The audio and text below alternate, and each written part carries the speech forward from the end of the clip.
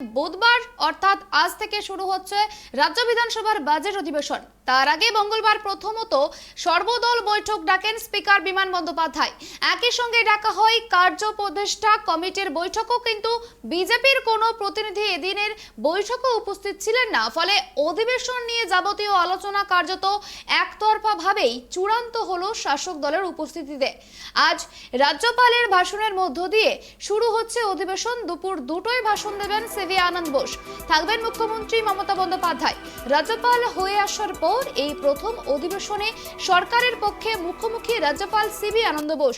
রাজ্যপাল নিজের ভাষণ পুরোপুরি পাঠ করতে চান বলেই জানিয়েছেন। নিয়ম অনুযায়ী সবটা হওয়ার কথা। বিজেপির তরফ থেকে গোলমালের আশঙ্কা রয়েছে, তবে সরকারি তরফ থেকে কোনো রকম গোলমাল যাতে না করা হয়, হাউস চালিয়ে নেওয়া যায় তার যাওয়ার মতোই বার্তা দিয়েছে শাসক দলের বিধায়কদের। এই বিষয় নিয়ে আরো বিস্তারিত জানবো, আমাদের সঙ্গে টেলিফোন লাইনে রয়েছেন রাজীব। রাজীব, তোমার কাছে জানবো, আজ বিধানসভায় বাজেট অধিবেশন রয়েছে।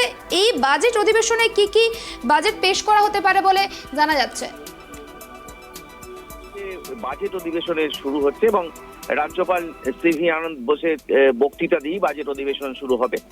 জানো যে দুপুর 2টো নাগাদ এই অধিবেশন বসবে এবং রাজ্যপাল 1:55 নাগাদ তিনি রাজভবন থেকে বিধানসভায় আসবেন এবং তার বক্তব্য রাখবেন।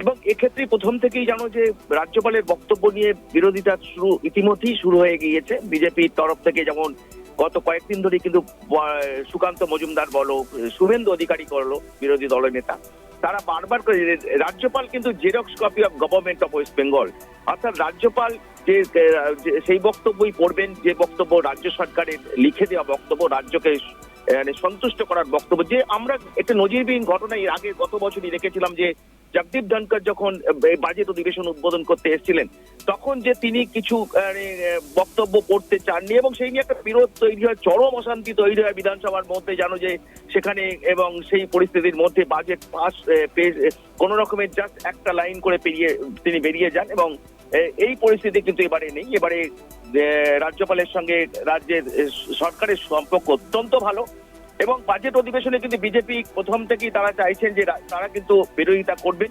কারণ রাজ্যপাল যে টোটাল তাদের একটাই অভিযোগ, বিজেপির বিধায়কদের অভিযোগ যে রাজ্যপাল গোটা পরিস্থিতি অর্থাৎ রাজ্যের পরিস্থিতি সেইগুলো যদি বাজেট তার বক্তব্যে প্রতিফলিত না হয়, তাহলে তারা বিধানসভা অধিবেশনে তারা হইচই করবেন এবং তারা প্রতিবাদ জানাবেন। এই প্রতিবাদ জানাবেন এর আগেও তারা আমরা দেখেছি অধিবেশনগুলোতে।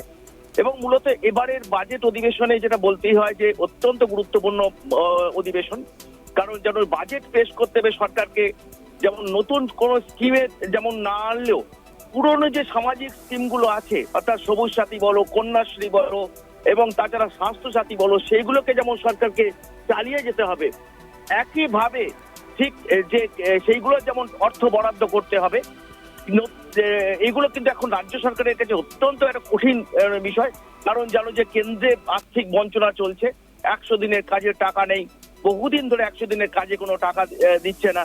সেই সঙ্গে কেন্দ্রের যে বিভিন্ন স্কিমগুলো আছে সেই স্কিমের কোনো টাকা তারা দিচ্ছে না। অর্থাৎ এইরকম একটা অবস্থায় দাঁড়িয়ে রাজ্যকে নিজস্ব ইনকাম থেকে এই সামাজিক স্কিমগুলোকে চালাতে হচ্ছে এবং একমাত্র রাজ্যের ইনকাম মানে বলতে পারো যে মদের বিক্রির টাকা এবং জিএসটি, কেন্দ্র সরকারের থেকে পাওয়া জিএসটির টাকা, এ থেকে রাজ্যকে উন্নয়নের যে কাজগুলো সেই কাজগুলোকে এবং সামাজিক প্রকল্পগুলোকে চালু রাখতে হচ্ছে।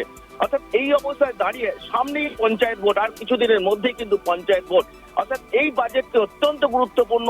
সমস্ত দিক বিবেচনা করে যাতে গরিব সামাজিক স্কিমগুলো, যাতে গরিব মানুষের স্কিমগুলোকে সেগুলো যেমন বজায় রাখার চেষ্টা করতে হবে, সেগুলোকে চালু রাখার চেষ্টা করতে হবে, তার জন্য অর্থের সংস্থান করতে হবে।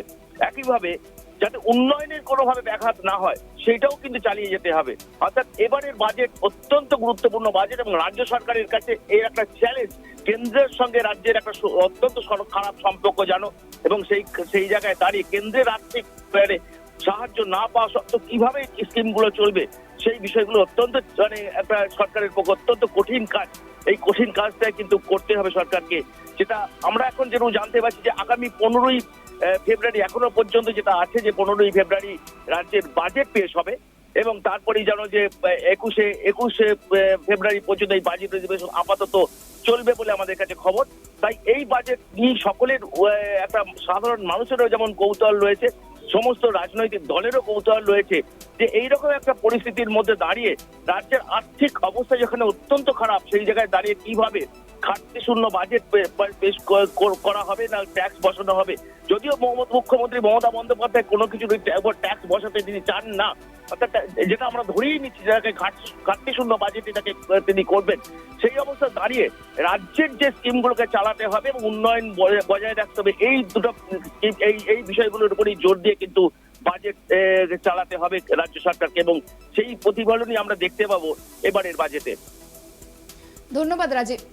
যেমনটা জানতে পারলাম আর কিছুক্ষণের মধ্যেই বাজেট অধিবেশন পেশ হবে, আর 2টোর সময় হবে এই অধিবেশন। সেখানে বক্তব্য রাখবেন সিভি আনন্দ বোস। সেদিকে নজর রয়েছে সকলের, কি বক্তব্য রাখেন সিভি আনন্দ বোস।